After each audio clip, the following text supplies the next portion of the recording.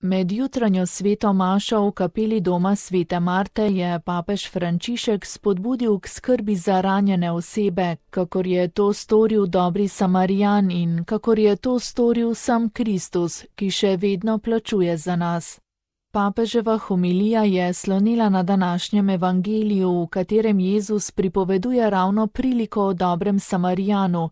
Ta se je za razliko od duhovnika in levita zaustavil ob ranjenem človeku, ki je padel med razbojnike, ter mu pomagal.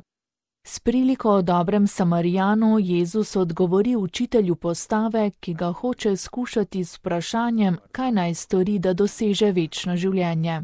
Jezus mu najprej odgovori z zapovedjo ljubezni do Boga in do bližnjega.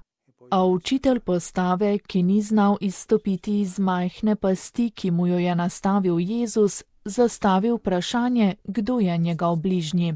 In Jezus odgovori s priliko. Papež Frančišek je pojasnjeval, da je v priliki 6 akterjev: razbojniki, na smrt ranjen človek, duhovnik, levit, gostilničar in Samarijan.